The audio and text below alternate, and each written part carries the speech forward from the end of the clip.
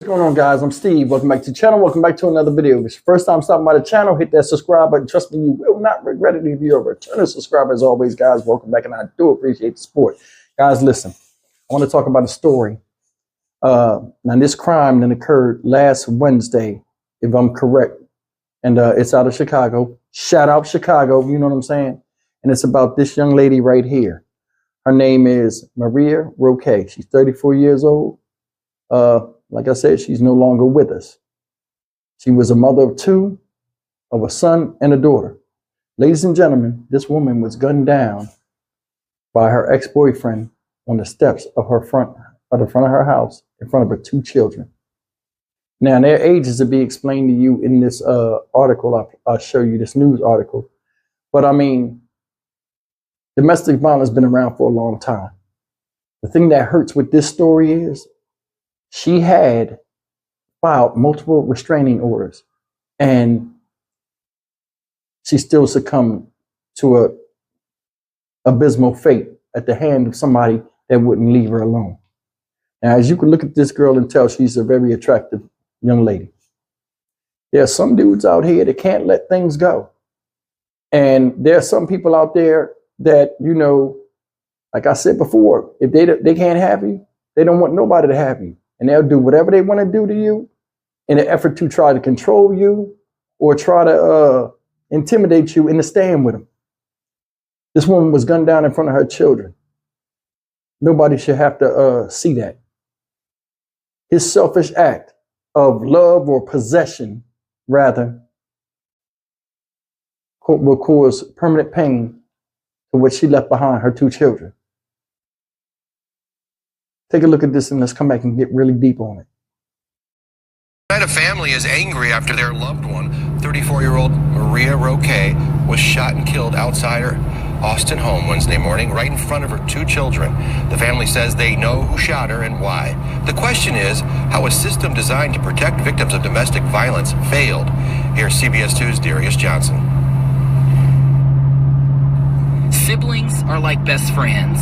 She was the mom, I would say that. Especially when they're the oldest. My brothers and me, she was the one that would be like, why you guys are arguing? Andreas Roque is now missing his other half, Maria.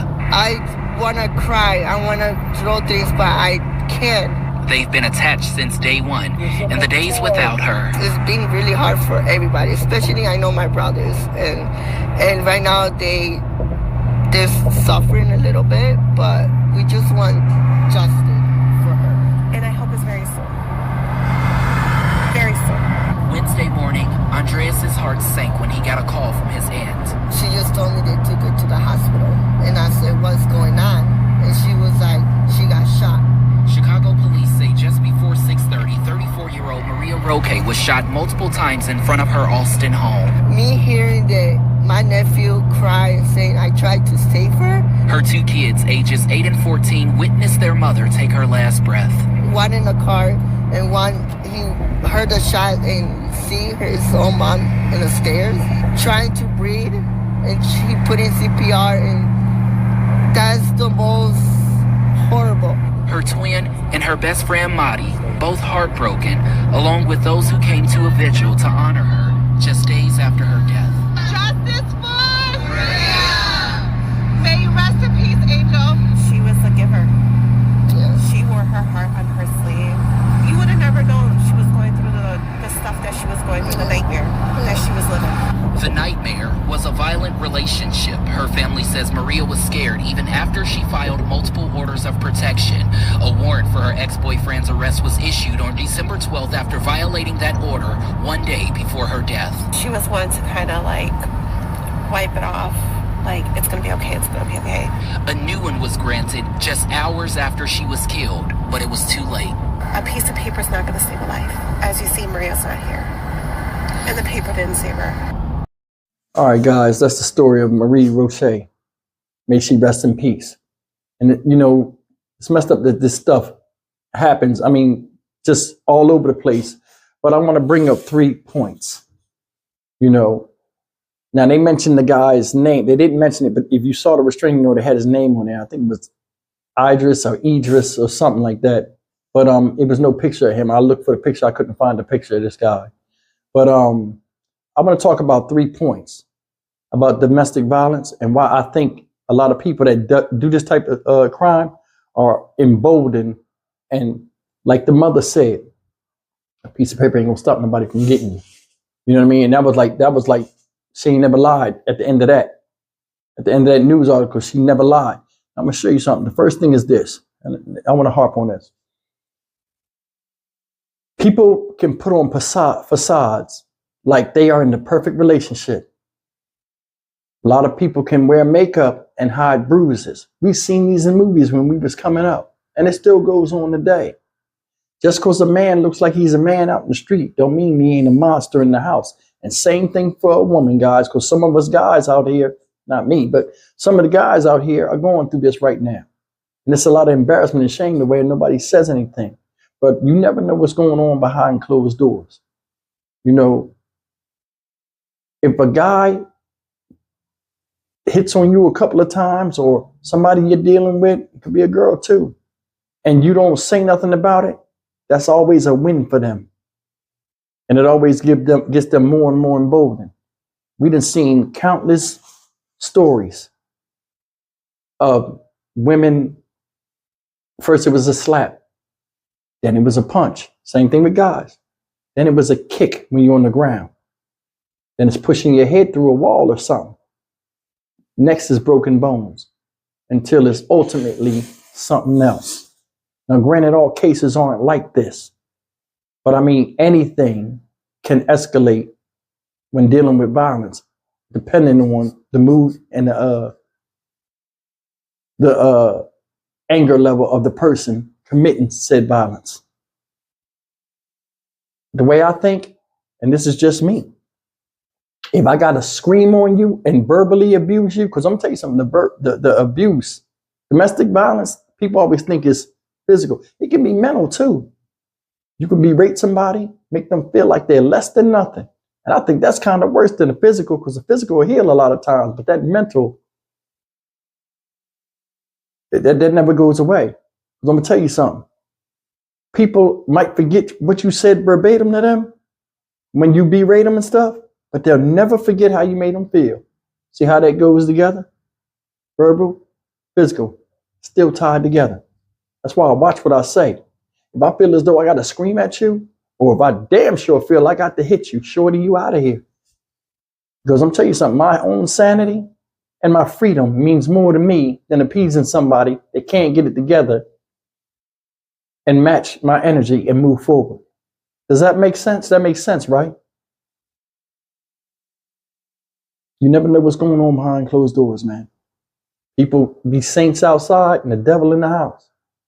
And things are what they are. Because you got to remember, when we all come outside, I mentioned in a video where I was talking about Anna Payne, I said she's going to have to wear a mask in prison. You know, basically put on another persona and be a person she's never been before. There are people that do this every day. All of us want to be seen a certain way out in public. So we wear masks, whether it's we're around people we don't like and we really want to hurt them or something, or we just want to get along with people and have them see us like we're more on a level that we think they're on because we have insecurities. People wear masks. A lot of times, this situation right here, people are wearing masks. Out in the street, they're good people. In the house, they terrorizing the kids, the wife, or the kids and the husband, or just the kids. You know what I'm saying? But that's point number one. Point number two is this, and I'm gonna dwell on this. A lot of domestic violence and domestic abuse cases, right? The women stay silent, or the men stay silent, especially men. It could be due to fear. A lot of people that abuse other people are very threatening. Bet not tell. I'll kill you. I'll do this. I'll do that. I'll do this to your family. They find out you threatening. They use fear tactics, shaming tactics. That's the thing. That's the big thing, I think, when you're dealing with women. Well, guys too. Nobody wants to be known as a victim. Nobody wants to be people to feel sorry for them. A lot of times these people that fight on you and abuse you are narcissistic, and they play games with your mind to make it make you seem like they had to beat you or you did deserve to get beat. Tell me I'm lying on that. Everybody has stories. A lot of you guys contact me in the emails and you tell me your stories, and I do feel your pain, and I'm sorry for that. A lot of y'all have succumbed to some of this stuff. Shame. They will shame you, play you out. Those are vicious tactics people play. Nasty. Another thing they'll use, you to stay silent. A lot of people, people will say, hey, why didn't you leave? Or why didn't you call the police? Or why didn't you? Another part of that aspect of shame and fear is this. A lot of people fear for their children. How many times you've seen in movies or whatever where people are in character? You'll never take my kids. I'll kill you before you take my kids. Or you take my kids, I'll find you and kill you. Or here's another thing. People look torn as parents because the love of their kids and basically the fear of, just something happened to the children. Because, sometimes these guys, they'll start saying all kind of stuff. Or girls start saying all kind of stuff. You know what I'm saying? Hey, I'll take the kids. I'll kill you and the kids. Guy already said he already showed he'll put his hands on you. She already showed you she'll do something extreme to you. Why won't she do something to your kids? Now, it didn't say if these kids was his or not, guys. Didn't say that. But to gun down somebody in front of children, and I've done stories where dudes did this in front of their own kids. Hell, gun down the kids too. It shows she was right to try to get away from him. And I'm going to get on point number 3 I want to talk about. Point number 3 is this. A restraining order, just like the mother said, is not enough. It ain't nothing but a piece of paper to somebody that's an idiot. But I'm going to tell you, a lot of times people that commit crimes and do stuff like this, like I mentioned last night in a video I did about a guy in Houston, a lot of people that are like this, they don't have the patience or know-how sometimes to resolve conflict within themselves. So what they do is they lash out and throw tantrums like children, and violence is one of their things.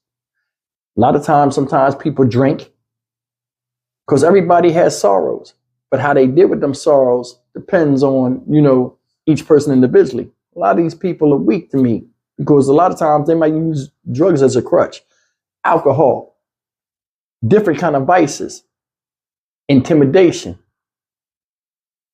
beating on people that they claim they love, all because they have problems they have to resolve in themselves, and they make their problems somebody else's problems.